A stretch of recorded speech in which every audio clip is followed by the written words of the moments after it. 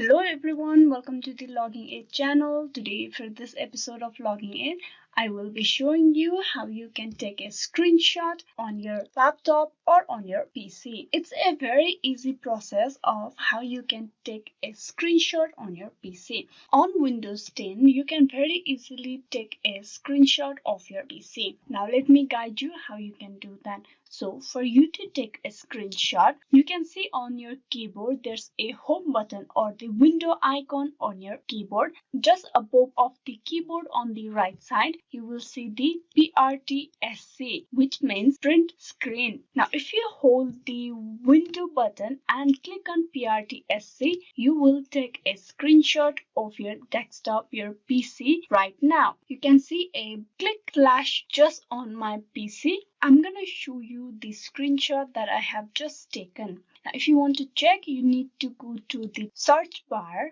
and there you type in screenshot and there you will see the screenshot results.